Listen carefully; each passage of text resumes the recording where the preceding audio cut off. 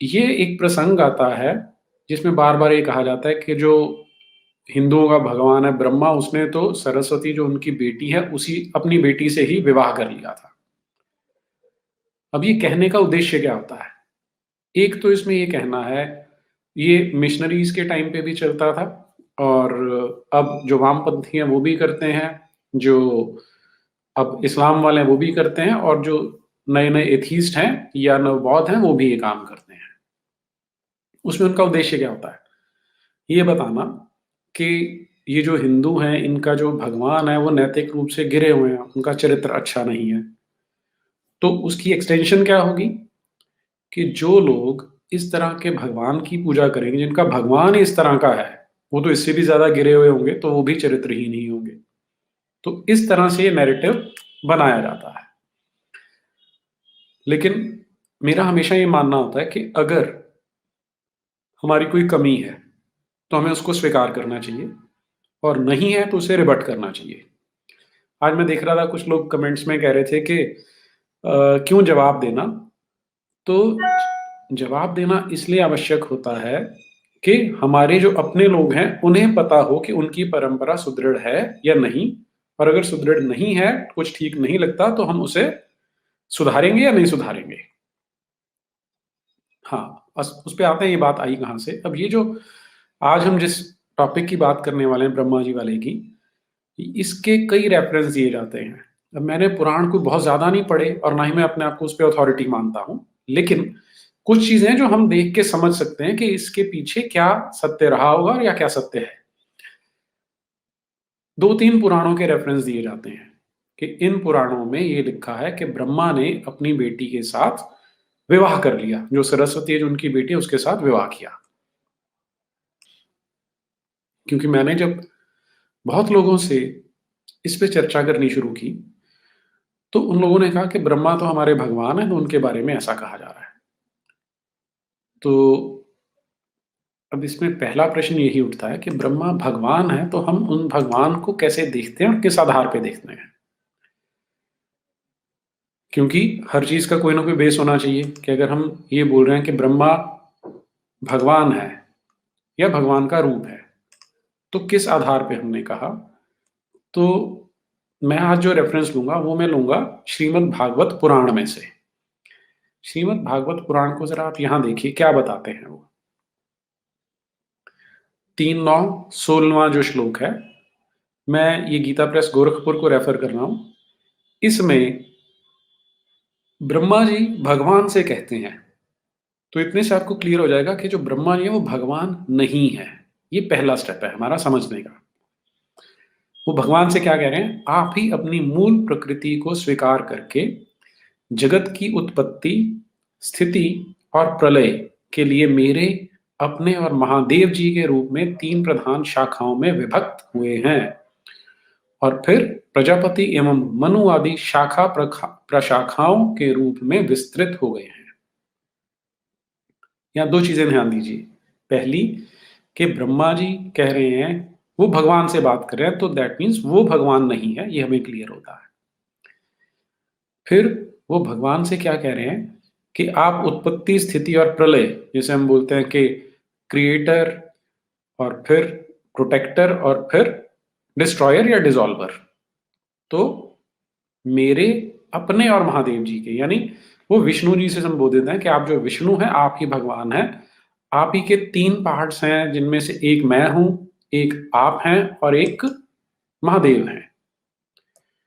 तो ये एक सेंटेंस आपको 2 चीजें क्लियर कर रहा है। पहली ये कि ब्रह्मा अपने आप को भगवान नहीं कह रहे, और जो अगर आप इस पुराण के अनुसार चलेंगे, जो क्लेम है वो ये है कि जो विष्णु है वो वास्तविक भगवान है, या जो श्री हरि हैं या हरि हैं, बहुत नामों से जाना जाता है, उन्होंने अपना विभाजन 3 पार्ट्स में किया, जिनमें से एक ब्रह्मा है। अब बहुत बार लोग ये क्वेश्चन पूछते हैं, क्योंकि वो ये सरस्वती वाले क्वेश्चन से ही लिंक किया जाता है कि ब्रह्मा जी की पूजा क्यों नहीं होती। तो अगर आप वापस यही वाला एक सेंटेंस देख लेंगे, तो जब आप साक्षात भगवान की पूजा कर सकते हैं, पर ब्रह्म को पूज सकते हैं, जिन्हें ब्रह्मा जी भी पूजते हैं, तो फिर आप ब्रह्मा जी की पूजा क्यों करेंगे? ये मैं क्लैरिफिकेशन देने की ट्राई कर रहा हूँ कि हमें अपने लिए भी पता हो कि जो ब्रह्मा है, वो भगवान नहीं है। वो भगवान की शक्ति का एक अंश है।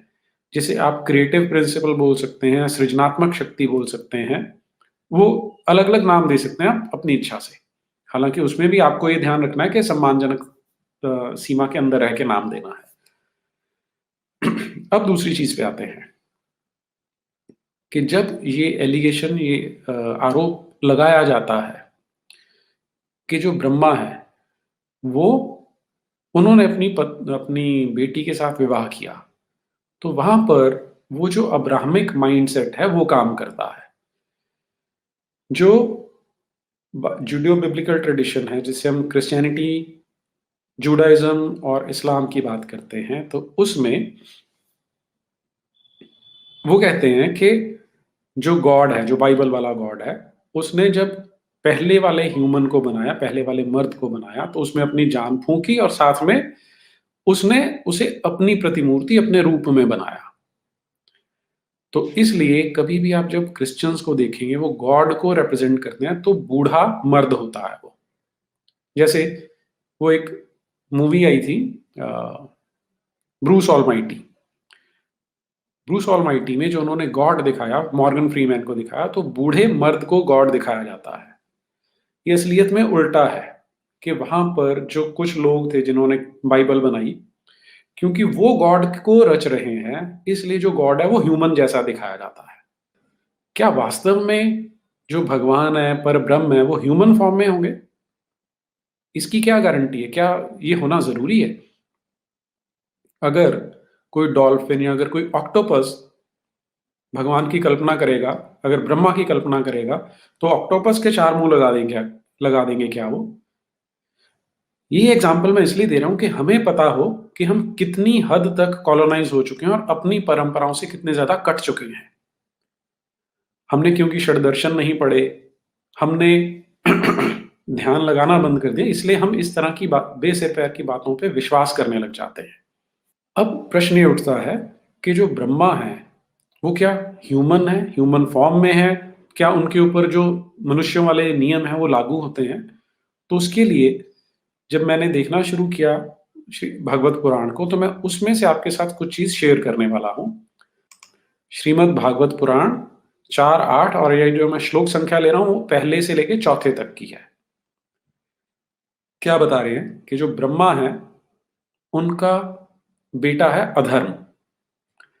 अब सबसे पहला प्रश्न ये होना चाहिए कि क्या ये हम इंसानों की, व्यक्तियों की, मनुष्यों की बात कर रहे हैं क्या? कोई अपने बेटे का नाम अधर्म रखेगा? लेकिन सरस्वती रखा है, तो वहां पर वो उसको बाप और बेटी ह्यूमन फॉर्म में दिखाने की बात करते हैं। अधर्म की पत्नी है मृषा। मृषा का सिंपल अर्थ होता है झूठ। तो अधर्म और मृषा का आपस में विवाह होता है। फिर उस विवाह से संतान उत्पत्ति होती है।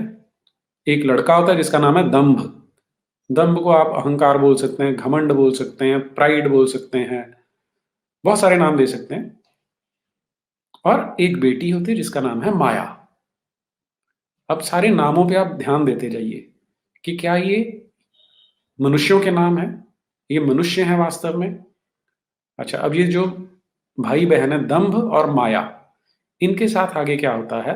इनको निर्ऋति ले जाता है। अब निर्ऋति का अर्थ होता है पीड़ा, दुर्भाग्य और मृत्यु। वो इन्हें ले जाता है। फिर वहां से ये आगे चलते हैं।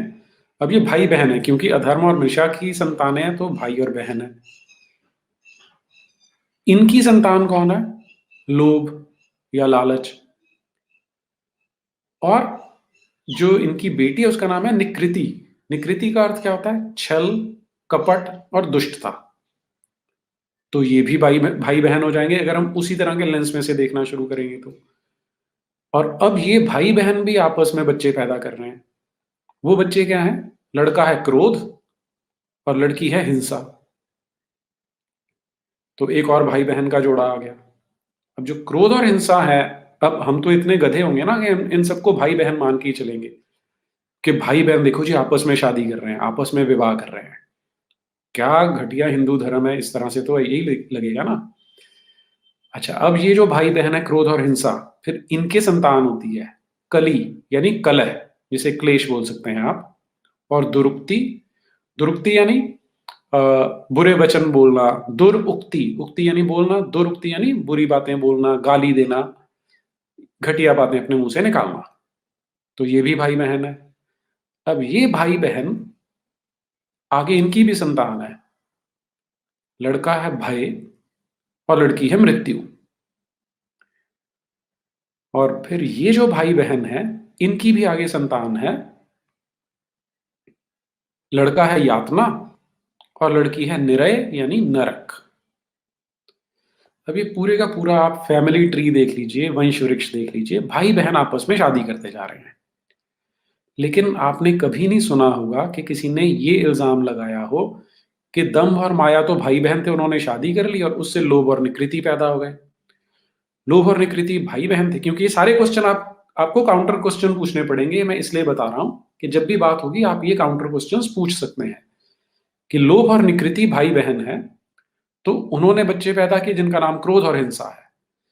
क्रोध और हिंसा भी भाई बहन है, उन्होंने भी शादी की, उन्होंने बच्चे पैदा किए जिनका नाम कलह और दुरुक्ति है। कलह और दुरुक्ति भी भाई बहन है, उन्होंने बच्चे पैदा किए, उन बच्चों का नाम भय और मृत्यु है। भय और मृत्यु भी भाई बहन है जिन्होंने बच्चे पैदा किए जिनका नाम यातना और निरय है यानी नरक है। ये आपके लिए काउंटर क्वेश्चंस की लिस्ट तैयार है जो आप ऐसे गधों से पूछ सकते हैं, क्योंकि कोई भी जिसमें जरा सी भी अकल है, जिसमें सिर्फ डबल डिजिट आईक्यू चाहिए, वो भी समझ सकता है कि यहाँ पर हम मनुष्यों की बात नहीं कर रहे, हम यहाँ पर सेक्सुअल रिप्रोडक्शन की बात नहीं कर रहे।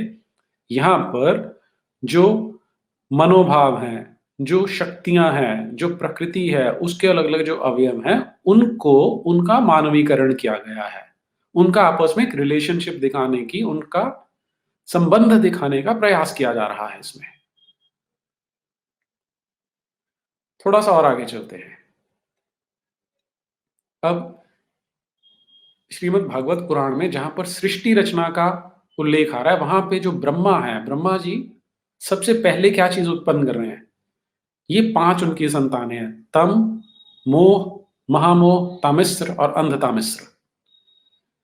अगर आप कभी षड दर्शन देखेंगे तो उनमें आपको यही 5 नाम दिखाई देंगे कि वो 5 वृत्तियां हैं जो हमें क्लेशों में डालती हैं। और इन्हीं को अगर आप सांख्य में देखेंगे तो सांख्य में से अविद्या, अस्मिता, राग, द्वेष और अभिनिवेश कहते हैं। क्षमा कीजिए, योग, अगर योग सूत्रों में देखेंगे तो। अब ये भी 5 संतानें हो जाएंगी क्या? इसके बाद अगले श्लोक में बताया जाता है कि जो ब्रह्मा जी हैं उन्होंने क्या किया, जब उन्होंने ये देखा कि ये जो 5 वृत्तियां उन्होंने जन्म, अब वहां पर तो इनको संतानें बताया गया कि इन संतानों ने एक ऐसा समाज निर्माण कर दिया, एक ऐसी सृष्टि रच गई जहां पर बिल्कुल पाप, अत्याचार, यही चीजें दिखाई दे रही थी। तो ब्रह्मा जी को कष्ट हुआ। तब उन्होंने क्या किया, 4 और संतानें उत्पन्न की, सनक, सनंदन, सनातन, सनत कुमार। और फिर इनसे कहा कि तुम सृष्टि को और बढ़ाओ। अब ये जो चारों हैं इन्हें ब्रह्मचारी कहा जाता है कि 5 वर्ष की आयु से बड़े ही नहीं होते, सदा ही बाल अवस्था में रहते हैं, बच्चे रहते हैं। तो जो बच्चा रहेगा वो संतान उत्पत्ति नहीं कर सकता। इससे ब्रह्मा जी को क्रोध आ गया कि मेरी बात नहीं मानी, तो फिर उनका एक और बच्चा जन्म लेता है जिसे रुद्र कहते हैं। फिर उसके बाद देखिए क्या होता है। अब ये जो लोग कह रहे हैं ना कि सरस्वती उनकी बेटी है, तो उनको आपने ये भी सारी बातें बतानी है कि ब्रह्मा जी की गोद में से नारद का जन्म हुआ, अंगूठे से दक्ष का जन्म हुआ, प्राण से वशिष्ठ का, त्वचा से भृगु का, हाथ से क्रतु, नाभि से पुलह, कानों से पुलस्त्य, मुख से अंगीरा, नेत्रों से अत्रि और मन से मरीचि। इन ऋषियों का जन्म हुआ। तो ये फिर से देखिए जरा, कोई सेक्सुअल रिप्रोडक्शन हो रही है क्या यहाँ पे? मैथुनी प्रकृति नहीं है, ना ही मैथुनी सृष्टि है यहाँ पर। उसके बाद 3:12-25 में क्या बताते हैं, ब्रह्मा के दाएं स्तन से धर्म उत्पन्न हुआ, तो ये भी उनका बेटा है। जिसकी पत्नी मूर्ति से स्वयं नारायण अवतीर्ण हुए और उनकी पीठ से अधर्म का जन्म हुआ और उससे संसार को भयभीत करने वाला मृत्यु उत्पन्न हुआ। ये जो मैंने अभी आपको दिखाया कि अधर्म की संतानों से चलते-चलते मृत्यु तक पहुंचे थे। फिर आइए 3:12 में 26 से 27 ब्रह्मा जी के हृदय से काम जन्म लेता है, भौहों से क्रोध जन्म लेता है, नीचे के होंठ से लोभ ने जन्म लिया, मुख से सरस्वती ने जन्म लिया। तो अब ये उनकी बेटी है जिसकी बात आती है। लिंग से समुद्र ने जन्म लिया, गुदा से पाप का निवास स्थान निरृति, ये जो हम अभी बात कर चुके हैं कि निरृति उन भाई बहन को ले गया था, और छाया से करदम का जन्म हुआ।